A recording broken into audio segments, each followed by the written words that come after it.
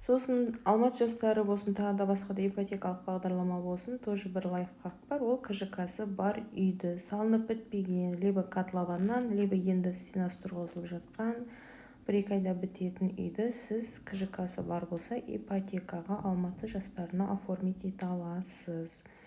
Строительный компанияның документтерін апарып өткізесіз, договорға отырасыз отбасы банкке, сөйтіп сізге ипотека оформить етіледі. Сіз ай сайын как положено ақшасын төлей бересіз ипотеканың, ал үйдің кілтін дайын болған кезде аласыз.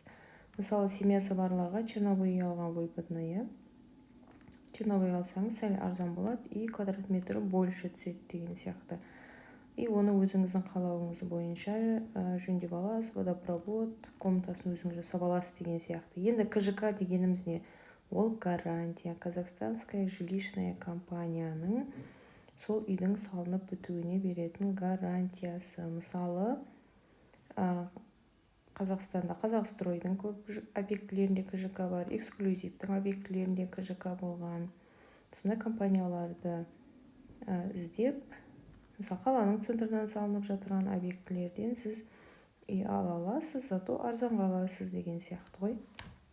Негізі салынып бітпеген объектілердің бағасы арзан болады, бірақ ай сайын ол үйде тұрмасаңыз да ипотекасын төлей бересіз. Сосын тағы бір нәрсе, егер сіз вторичный алсаңыз 2 страховка жасатасыз, первичный алсаңыз 1 страховка жасатасыз деген сияқты ғой.